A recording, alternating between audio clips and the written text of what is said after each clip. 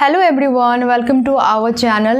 In the last class we understood about what is parts of space, type of parts of space and noun, types of noun. और आज जो हम लोग पढ़ने वाले हैं वो है pronoun, it means सर्वनाम. ठीक है ना. इसको पढ़ने से पहले आप लोग से एक छोटी सी रिक्वेस्ट है, ये वीडियो को पूरी देखें. ये इंग्लिश समझने में आपको बहुत हेल्प करने वाली है. मैं गारंटी नहीं दे सकती हूँ कि आप इंग्लिश सीख जाओगे, लेकिन मैं ये गारंटी ज़रूर ले सकती हूँ कि अगर आप वीडियो को पूरी देखोगे और समझोगे, ठीक है. इंग्लिश समझ के सीखा जा सकता है. ठीक है. इंग्लिश जो है, इंग्लिश ग्रामर समझ के सीखा जा सकता है. ठीक है. इसको रट्टा मारने का कोई फ़ायदा नहीं है. ठीक है ना. तो आप वीडियो को पूरी देखें. ठीक है ना. और आप में से कोई अगर मेरे चैनल को फर्स्ट टाइम देख रहे हैं तो मेरे चैनल को सब्सक्राइब कर ले. ठीक है. और अच्छी लगे तो लाइक भी कर ले. तो चलिए फिर स्टार्ट करते हैं जो है प्रोनाउन. ठीक है ना. We word used in place of noun is called a pronoun. अब वर्ड, कोई भी वर्ड जो नाउन के जगह पे यूज़ होता है, जो नाउन के जगह पे आता है, नाउन को रिप्लेस करके आता है, उसको हम लोग प्रोनाउन बोलते हैं. ठीक है ना. एग्जाम्पल से आपको और अच्छे से क्लियर हो जाएगा. देखिए एग्जाम्पल है, Mrs Sangeeta being a good teacher. Mrs Sangeeta जो एक अच्छी टीचर है. ठीक है ना. Mrs Sangeeta like by all the student. देखिए मिसेस संगीता को सारे स्टूडेंट के द्वारा पसंद किया जाता है ना. तो देखिए मिसेस संगीता यहाँ पे, ठीक है, फर्स्ट सेंटेंस मिसेस संगीता, फिर यहाँ पे आ गया. मान के जो लोग एक सेंटेंस और बढ़ा देती हूँ, Mrs Sangeeta is very beautiful या अदर सेंटेंस. तो मिसेस संगीता आ रहा है ना, तो बार बार नाउन रिपीट कर रहा है. ठीक है. तो यहाँ पे हम लोग इसको हटा के यहाँ पे प्रोनाउन यूज़ कर लेते हैं ना. तो यहाँ पे प्रोनाउन क्या हो जाएगा? She likes by all the student. देखिए शॉर्ट में लिखना भी आ गया, शॉर्ट थोड़े से जगह में ये आ गया. और ये बात है कि ये बोलने में भी थोड़ा सा इजी हो गया, सी और मिसेस संगीता. तो बात तो एक इसी का हो रहा है, लेकिन यहाँ पे क्या प्रोनाउन यूज़ हुआ है. ठीक है. तो इस तरह से प्रोनाउन का यूज़ होता है. आई होप क्लियर हो गया होगा. ठीक है ना. उसके बाद है types of pronouns. Types of pronouns 9 होते हैं. ठीक है ना. जो पहला हम लोग पढ़ने वाले हैं वो है पर्सनल प्रोनाउन, और दूसरा possessive pronoun, demonstrative pronoun, distributive pronoun, reciprocal pronoun, reflexive pronoun, indefinitive pronoun और रिलेटिव प्रोनाउन और इंट्रोगेटिव प्रोनाउन. ठीक है. तो ये सब कवर होगा आज की क्लास में. ठीक है ना. वीडियो को अब प्लीज़ स्किप ना करें अगर समझना है तो. ठीक है ना. तो टाइप ऑफ प्रोनाउन आज पढ़ने वाले हैं हम लोग. ठीक है. तो टाइप ऑफ प्रोनाउन में जो पहला हम लोग पढ़ेंगे वो है पर्सनल प्रोनाउन. ठीक है ना. तो आगे देखते हैं, स्क्रीनशॉट चाहिए तो आप ले सकते हो, फिर हम वीडियो को आगे बढ़ाते हैं.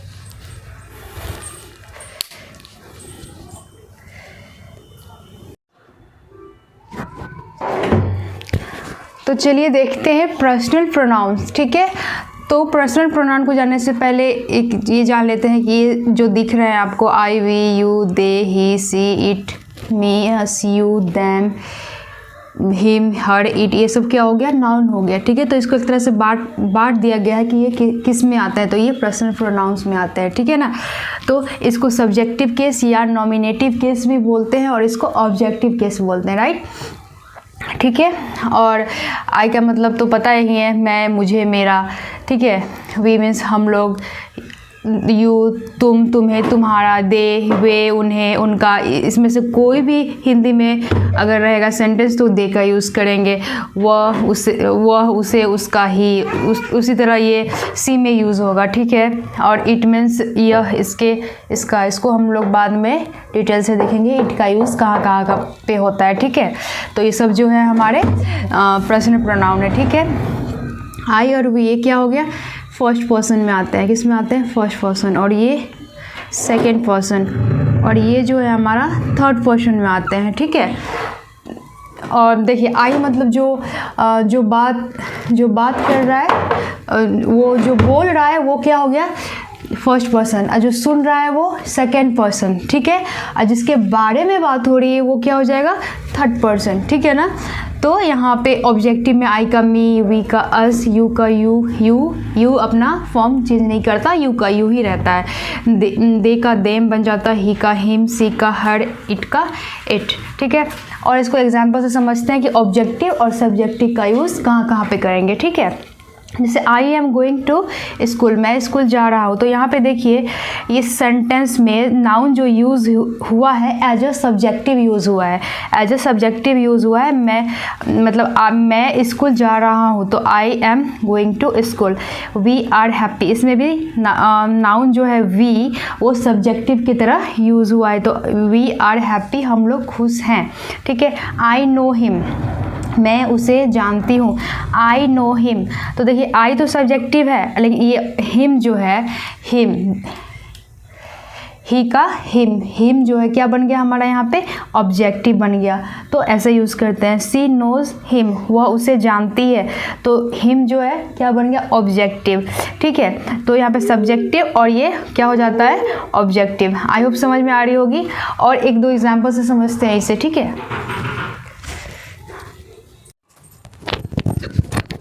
और एग्जाम्पल लिया है जो रूल नंबर 1 में मैंने लिया है, verb is praised by nominative form of pronoun.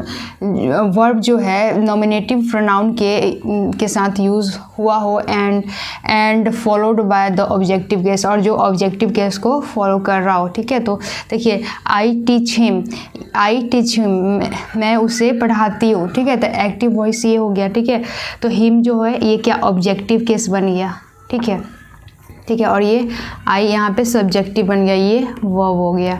ठीक है ना, और यहाँ पे है ही इज़ टॉट बाय मी, वह मेरे द्वारा पढ़ाया जाता है। यहाँ पे मी जो है, यहाँ पे आई यहाँ पे सब्जेक्टिव बन गया था। ठीक है, और ये जब चेंज हो गया सेंटेंस, अगर पैसिव वॉइस में आ गया, तो यहाँ पे मी जो है, यहाँ पे क्या हो गया, ये मी क्या हो गया, और ये ऑब्जेक्टिव बन गया।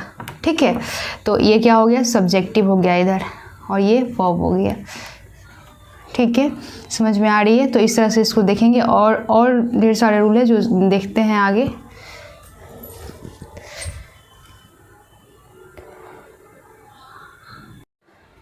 तो आगे देखेंगे हम लोग रूल नंबर 2। ठीक है, इफ़ ऑल 3 पर्सन और 2 आउट ऑफ 3 पर्सन, अगर 3 लोग या 3 में से 2 लोग कम इन सिंगल सेंटेंस, अगर एक ही सेंटेंस में आते हैं, तो ऑर्डर इज़ 2 3 1। ठीक है, ये फॉर्म 2 3 ऑर्डर में आते हैं। एक सेंटेंस में 3 आदमी या 2 आदमी का यूज़ होता है, तो ऑर्डर इतना होता है 2 3 1, लेकिन सेंटेंस जो है पॉजिटिव सेंस में होना चाहिए। ठीक है, तो you he and I shell study for exam. तो देखिए यहाँ पे यू ये क्या हो गया, सेकंड पर्सन, तो यहाँ पे 2 लिखा गया, ये सेकंड पर्सन। ये क्या, ही थर्ड पर्सन, तो ये 3 लिखा गया। ठीक है, एंड आई ये क्या हो गया, फर्स्ट पर्सन, तो ये क्या हो गया, 2 3 1। समझ में आ रही है। तो ये ऑर्डर फॉलो करता है 2 3 1 का। अगर एक सेंटेंस में 3 लोगों की बात हो रही है और वो सेंटेंस पॉजिटिव सेंस में हो, तो 2 3 1 का यूज़ होगा। क्लियर। ठीक है, दूसरा देखते हैं, he and I have finished our work.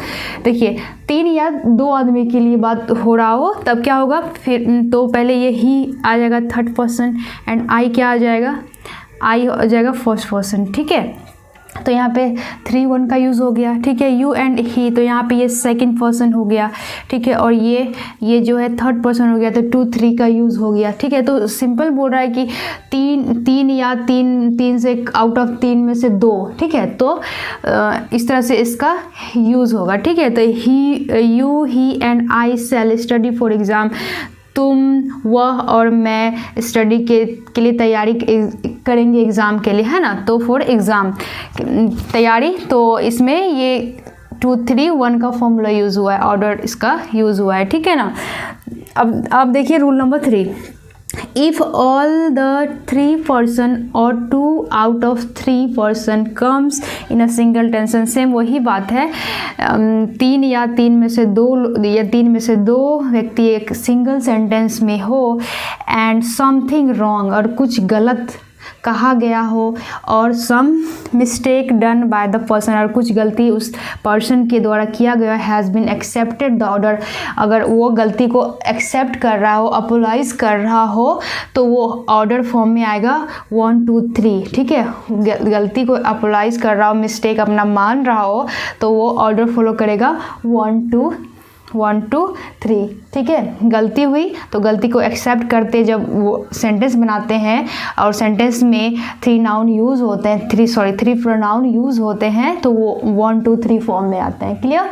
तो ये 1 2 3 फॉर्म में आया। जैसे I, you and he had made a mistake, मैं, तुम और उसने यह गलती किया, है ना।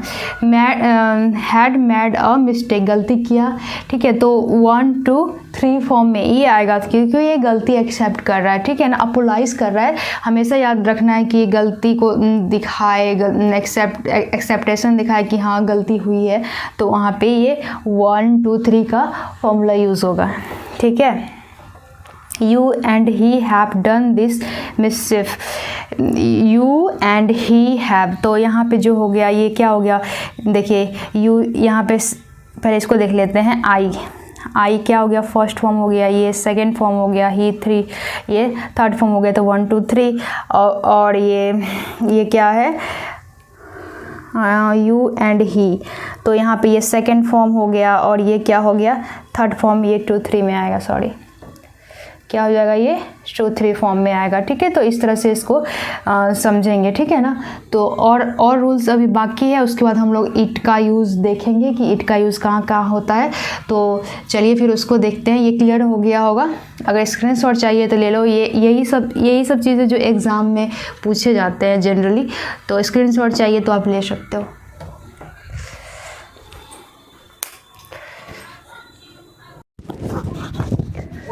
तो आगे देख रहे हैं हम लोग यूज़ ऑफ इट। ठीक है, तो यूज़ ऑफ इट को देखते हैं। ठीक है ना, तो it is use for non living things, ये जो है नॉन लिविंग थिंग के लिए यूज़ किया जाता है, एनिमल्स, इनफेक्ट्स एंड इंसेक्ट्स। अब यहाँ पे बात आता है कि एनिमल्स तो नॉन लिविंग थिंग्स नहीं है, फिर भी इसका यूज़ होता है। एनिमल्स, इनफेक्ट्स, कुछ ऐसे केस बन जाते हैं वहाँ पे इसका यूज़ होता है जिसमें उसका जेंडर नहीं मालूम होता है, तो वहाँ पे हम लोग इट का यूज़ करते हैं। ठीक है, हाँ, it is use to denote time, weather, temperature, distance और एंड अदर नेचुरल इवेंट्स। ये नेचुरल टाइम को डिनोट करता है, वेदर और टेम्परेचर और डिस्टेंस, है ना, और अदर सारे नेचुरल इवेंट्स को बताता है। जैसे it is raining, it is 6 o'clock, it is winter. ठीक है, और थर्ड है it is also use in place of infinitive clause and gerund, जैसे it is easy to solve it. ठीक है, तो ये है इसका इट का यूज़। और अब जानेंगे हम लोग दिस और इट में क्या अंतर है। ठीक है, तो आगे देखते हैं उसको।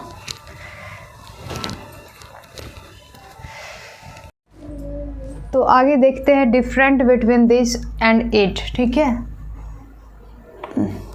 This is use to point over a person और थिंग्स और for the introduction of person. ये पर्सन के लिए यूज़ होता है, किसी चीज़ के लिए, थिंग्स के लिए यूज़ होता है, और पर्सन को इंट्रोड्यूस करने के लिए भी इसका यूज़ होता है। ठीक है ना, जैसे this is a book, this is a pen, this is Rohan, यह रोहन है, माई कज़न, मेरा भाई। तो इस तरह से आप खुद को भी इंट्रोड्यूस कर सकते हो। जैसे मैं खुद को ले लेती हूँ, दिस इज़ प्रिया। ठीक है ना, तो इस तरह से इसका यूज़ हो सकता है। ठीक है ना, इट डिनोट्स, इट जो है it denotes distance, time, weather, it is see, here, this is not use for such a purpose. और ये पर्पस के लिए जो है दिस कभी यूज़ नहीं होता है। डिस्टेंस और टाइम और वेदर के लिए हमेशा क्या यूज़ होता है, इट। मैंने इसका पहले भी बता दिया है इट का यूज़, तो यहाँ पे क्लियर हो गया डिफरेंस इसका। ठीक है, आगे हम लोग देखते हैं पॉजेसिव प्रोनाउन। ठीक है,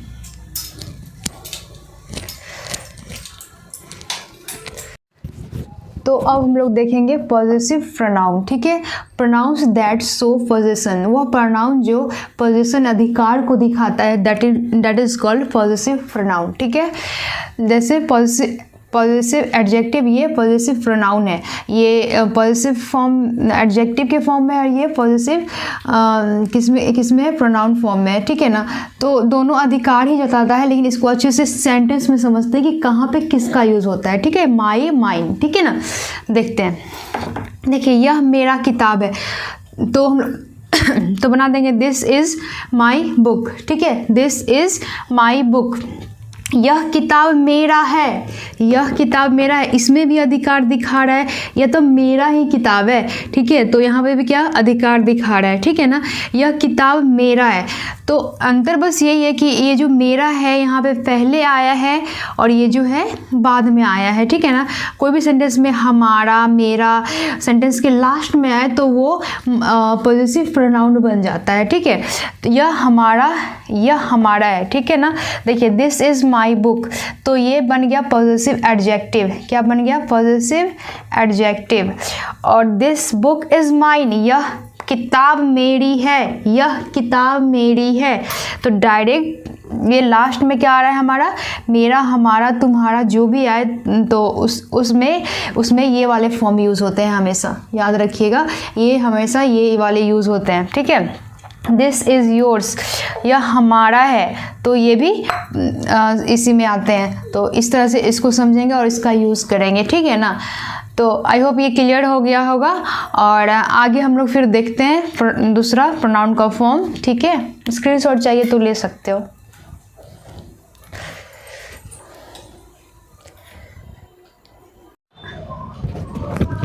और अब जो देखेंगे वो है reflexive pronoun. When the action done by subject turn back, जब सब्जेक्ट द्वारा किया गया काम का असर भी सब्जेक्ट पर पड़ता है तो उसे रिफ्लेक्सिव प्रोनाउन कहते हैं, ठीक है। एग्जाम्पल से समझेंगे, राम हर्ट हिमसेल्फ, राम ने खुद को चोट पहुंचाया, तो यहाँ पे क्या हो गया, ये खुद पे आ रहा है, तो यहाँ पे ये राम हर्ट हिमसेल्फ, वह खुद को चोट पहुंचा रहा है, तो बोल रहा है ना जब सब्जेक्ट द्वारा किया गया काम का असर खुद पर हो तो वो रिफ्लेक्सिव प्रोनाउन में आते हैं, ठीक है। जैसे ये सारे क्या है, रिफ्लेक्सिव प्रोनाउन, जैसे himself, herself, yourself, themself, ourself, itself और योर सेल्फ। यहाँ पे भी योर सेल्फ में ये दोनों में अंतर यही होता है कि कभी कभी तुम के लिए हम लोग सिंगुलर भी यूज़ करते हैं। मैं अगर एक लोग से बात करूँ फिर भी मैं उसको तुम करके बात करूँगी, तो वहाँ पे जो एक के लिए जब बात होता है तो वहाँ पे कभी कभी योर सेल्फ हो जाता है। अब 1000 आदमी सामने खड़ा है फिर भी वहाँ पे आप या तुम करके बात कर रहे हो तो यहाँ पे योर सेल्फ यूज़ होता है, ठीक है। इसी तरह देम सेल्फ और आवर सेल्फ। अब है फोर्थ में डेमोस्ट्रेटिव प्रोनाउन। जिस प्रोनाउन का उपयोग व्यक्ति या वस्तुओं को सूचित करने के लिए किया जाता है उसे डेमोस्ट्रेटिव प्रोनाउन कहते हैं। The pronoun use to point of the object और object to which its refer is called demonstrative pronoun. जैसे एग्जांपल है दिस, दैट, दिस और दिस, ये सब क्या सूचित करने के लिए किया जाता है ना। जैसे this is fan, this is book, तो इस तरह से इसका यूज होता है। ये दिस, दैट, दिस और दोज, ये सब क्या है, ये सब डेमोस्ट्रेटिव प्रोनाउन में आते हैं, ठीक है ना। तो अब देखते हैं फिफ्थ पॉइंट।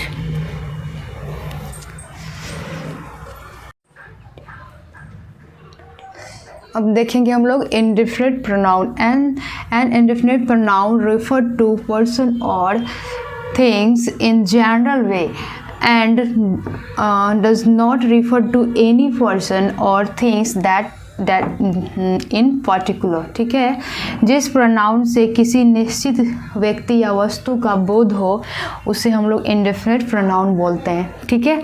जिस प्रोनाउन से किसी निश्चित वस्तु का बोध हो उसे इंडेफिनिट प्रोनाउन कहते हैं। जैसे somebody, everybody, somebody, nobody, anybody, everybody, someone, no one, anyone, everything, something, nothing, anything, all, some, both, another, much, few और little, ये सब क्या हो गया, ये सब जितने हैं ये इंडेफिनिट प्रोनाउन में आते हैं, ठीक है। सिक्स्थ में हम लोग देखेंगे distributive pronoun. The pronoun that refer to a person or things one at a time are called distributive pronoun. ठीक है, एक या एक भी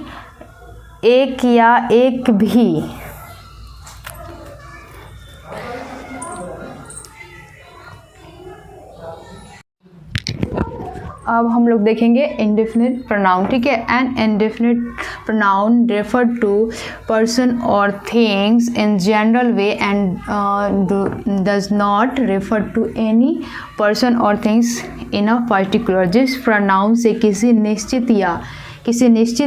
निश्चित वस्तु का बोध हो उसे इंडेफिनिट प्रोनाउन कहते हैं। ठीक है, जैसे everybody, somebody, nobody, anybody, everybody, someone, no one, anyone, everything, something, nothing, anythings, all, some, both, another, much, few और लिटल, ये सारे जो है इंडेफिनिट प्रोनाउन में आते हैं। ठीक है,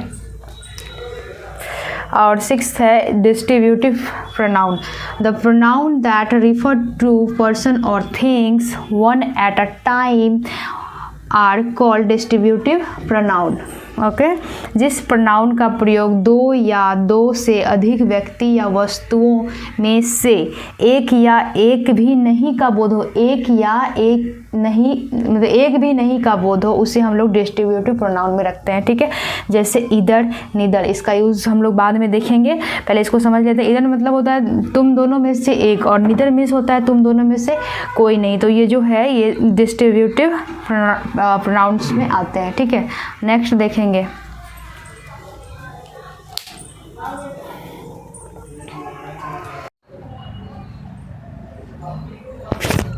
रेसिप्रोकल प्रोनाउन, ईच अदर और वन अनदर को रेसिप्रोकल प्रोनाउन कहते हैं। ठीक है, नोट में लिख दिया, रेसिप्रोकल का अर्थ होता है परस्पर यानी आपस में। जहाँ पर दो व्यक्ति का बात हो वहाँ पर ईच अदर का प्रयोग होता है, और जहाँ पे दो से अधिक व्यक्ति का बात हो वहाँ पे वन अनदर का यूज़ होता है। ये हमेशा याद रखना है कि वन अनदर का यूज़ कहाँ होगा और ईच अदर का यूज़ कहाँ होगा।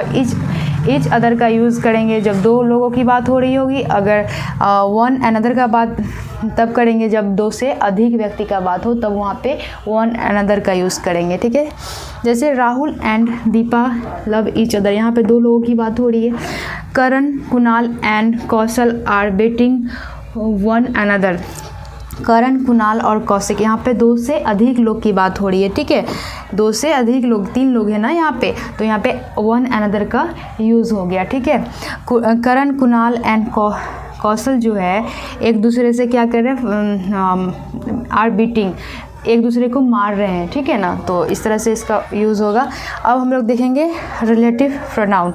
तो relative pronoun are used from nouns which are mention previously whether they are people, place और थिंग्स और are idea. Relative pronoun can be use to join the sentence, का यूज़ सेंटेंस को joint करने के लिए किया जाता है। जैसे देखेंगे, हिंदी में देख लेते हैं, वह सर्वनाम जो वाक्य में उसने पहले आई हुई संज्ञा को संबंध में बताता हो। किसी वाक्य में पहले आई संज्ञा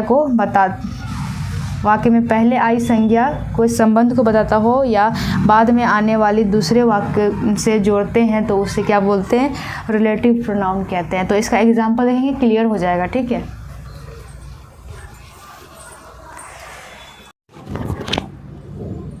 चलिए अब रिलेटिव प्रोनाउन के एग्जांपल से समझते हैं। ठीक है, हु, हुम, हुज, विच, वॉट और डैट रिलेटिव प्रोनाउन है। ये जितने भी है क्या है, रिलेटिव प्रोनाउन है, जो सेंटेंस को जोड़ने का भी काम करते हैं। ठीक है ना, ज्वाइंट करने का काम करते हैं। जैसे the boy is playing, the boy is my friend, लड़का खेल रहा है, लड़का मेरा दोस्त है। लड़का खेल रहा है, लड़का मेरा दोस्त है, थोड़ा सा ऑकवर्ड टाइप का सेंटेंस लग रहा है नहीं, तो यहाँ पे सेंटेंस को क्या करता है, रिलेटिव प्रोनाउन जोड़ने का काम करता है। ठीक है, तो देखिए जोड़ के सेंटेंस बन गया है, the boy who is playing, जो लड़का खेल रहा है, वह जो लड़का खेल रहा है, इज़ माई फ्रेंड। सेंटेंस बन गया, the boy who is playing is my friend, वह लड़का जो खेल रहा है मेरा दोस्त है, वह लड़का जो खेल रहा है मेरा दोस्त है। तो ये सेंटेंस क्या करता है, ज्वाइंट कर, इस तरह से ये ज्वाइंट हो गया हु के साथ। ठीक है, हु जो है सिर्फ सवाल करने के लिए नहीं होता, ये कभी कभी रिलेशन दिखाते हैं, जो जैसे अभी रिलेशन दिखा रहे हैं ना कि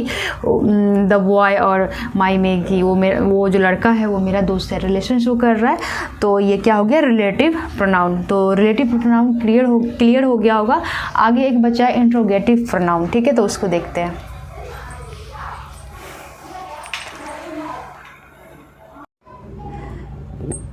in the last interrogative pronoun used for asking question, इसका जो यूज़ होता है क्वेश्चन पूछने के लिए किया जाता है, ठीक है। जैसे हु इज़ प्लेइंग, कौन खेल रहा है, हुज बुक इज़ दिस, यह किताब किसकी है, तो ये क्या काम कर रहा है, क्वेश्चन पूछने का काम कर रहा है, that is called interrogative pronoun. Okay, जैसे हु, हुम, हुज, विच, व्हाट, ये सब क्या है, इंट्रोगेटिव प्रोनाउन है, ठीक है।